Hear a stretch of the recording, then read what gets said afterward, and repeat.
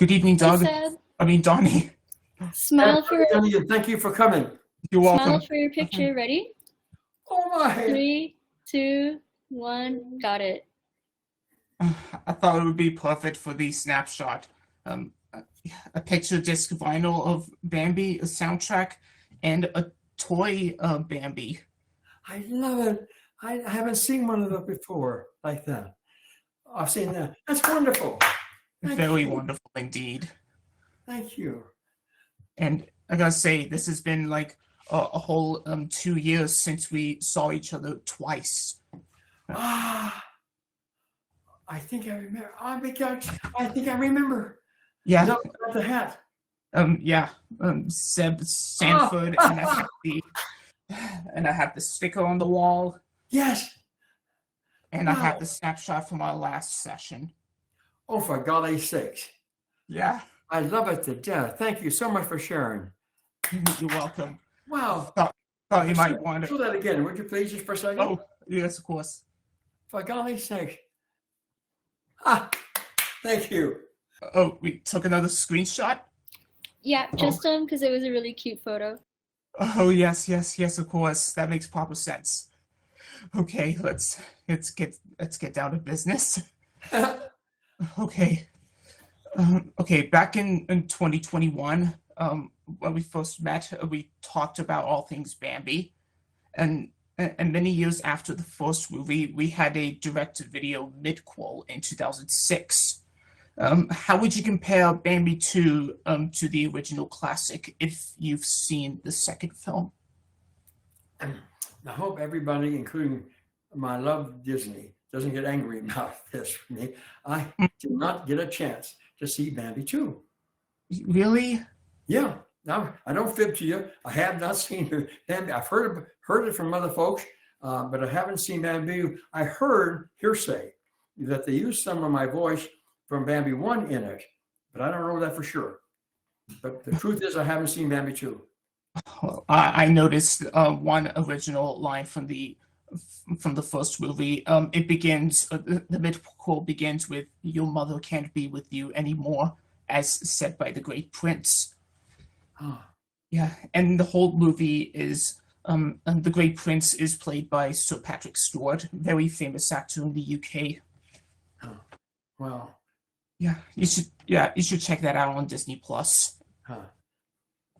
Okay, next question.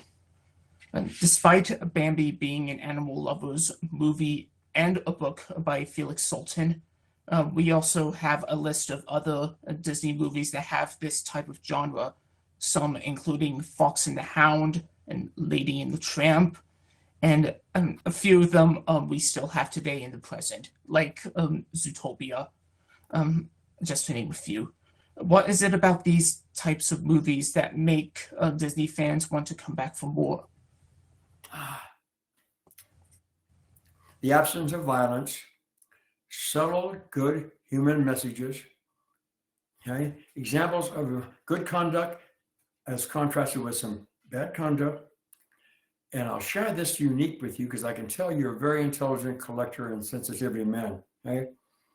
Have you seen in recent years, maybe when you were a child, Pinocchio? I've seen Pinocchio many times. I get letters from all over the world every week, okay? A couple hundred a year, mostly about Bambi and some about the Marine Corps.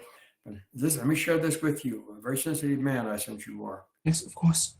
At least one out of 30, 35 letters from parents, or a note put in a letter from a parent, from a child's letter, okay, makes reference to Pinocchio. People, parents, grandparents, using Pinocchio to coach their children how to handle temptations. Because the real issue inside of Pinocchio was his being tempted to do, oh my gosh, that really sounds great. It would have been a disaster. How to handle temptations, of all things, wonderful old Pinocchio that nobody talks about anymore, being mentioned by parents. And by the way, we use Pinocchio to help our children fight temptations. Think about that. Wow, I didn't know that. Yeah. I'm glad you shared this information with me. Isn't that neat? Yeah. And and next question. I don't know if you can answer this, but if you could travel back in time to your younger self in the early 40s, the Donnie Dunagan you once were before being the facial model and voicing Bambi, what advice would you give him? Ah, boy. You know, buddy, I get thousands of questions, thousands, sir, in the recent 15 years. Nobody's ever asked that. I love that question. Choose your role models well. Let me emphasize that strongly, okay? You're 5, you're 6, you're 4, you're 9. Choose your role models well, okay? We have a lot of problems today with that, and I hear it, I read it a lot. My daughter did this, my son did this because they followed that person, or they took that person's example. Pick your role models. Have your parents help you pick the role model. What other child in the class does everybody respect? Why? What's that person do that other people don't do? If you're a teenager and you want to be an athlete or a dancer or a pianist, okay? Ask intelligent people that you respect who they respect the most of your peers or your seniors, okay? I got real lucky with this, early on, and picked the right role models.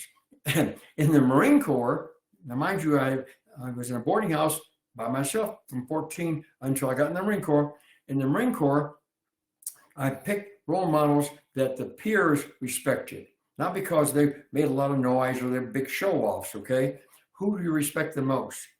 Best example I can give anybody is like this one. My first commanding officer that I had a chance to get to know at all, I'm a brand new corporal, fast promoted corporal, and my commanding officer is Lieutenant Colonel from the state of Maine. Never wore his medals. Oh. Never wore his medals. I didn't even know he had any medals. This is at the end of the Korean War, okay, 1953, 54. One day we had a big parade. He had medals like I have on the wall back here, up to here, okay? I was shocked. I don't have any medals. I'm a kid. We hadn't been to war yet. Yeah? I asked the first sergeant, why doesn't the colonel wear all those medals all the time? Listen to this answer. This got in my head for then to now. That man, this is my first sergeant. He talked like this. That man does not have to wear medals to show off, to be a leader. He can lead without the show off.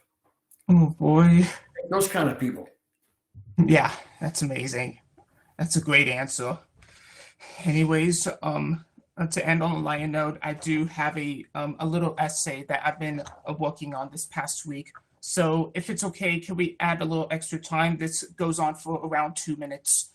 So if that's okay? Okay.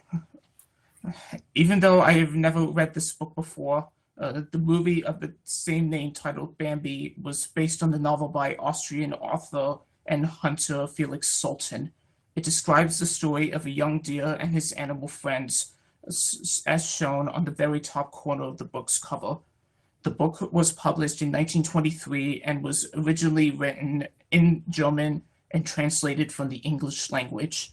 John Galesworthy's foreword at the very start of the story described the novel as a delicious book. Delicious not only for children, but for those who are no longer so fortunate. During some of the scenes from the Disney adaptation, the seasons start to change every now and then, from the summer to autumn, from winter to spring. It is all a part of the protagonist's story, showing how he went from a little fawn to stepping into his father's footsteps as the next great prince of the forest. And I'm going over to the next page. So, to conclude, I agree that children and adults of all ages would want to read this book and then watch the movie afterwards. But it is a good idea to explore and tune into nature. When we take the time to immerse ourselves in it, nature can help us to connect to our senses and bring our focus to the present moment. I believe we should all do our part and explore nature for ourselves, just like Bambi and the many natures of the forest surrounding us. The great prince of the forest ought to be very proud.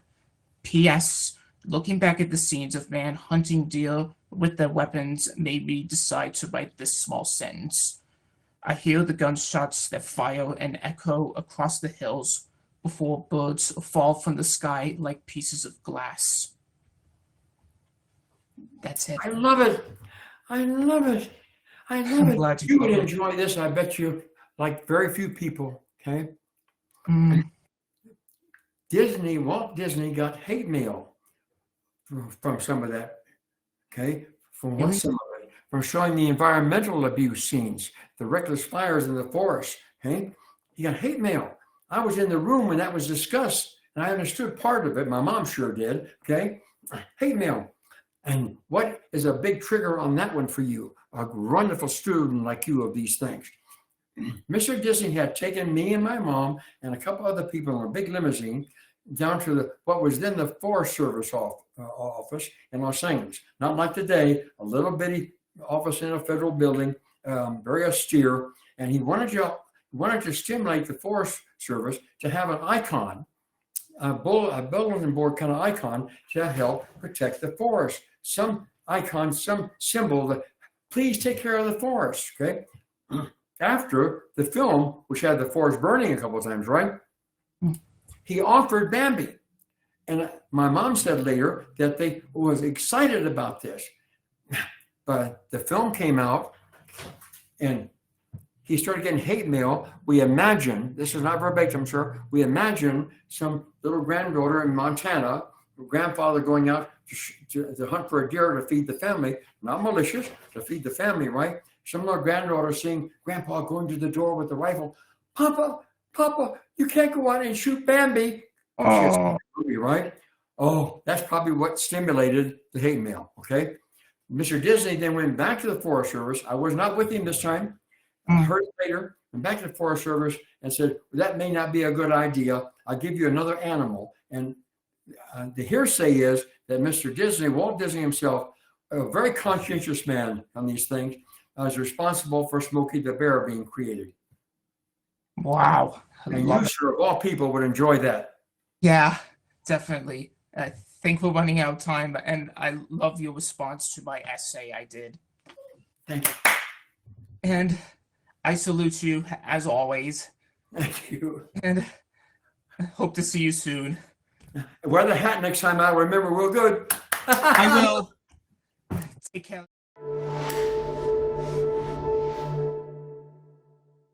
Okay guys, if you like what you just seen, be sure to hit subscribe and turn on those notifications and check out my other videos, and I'll see you on the next one. Bye.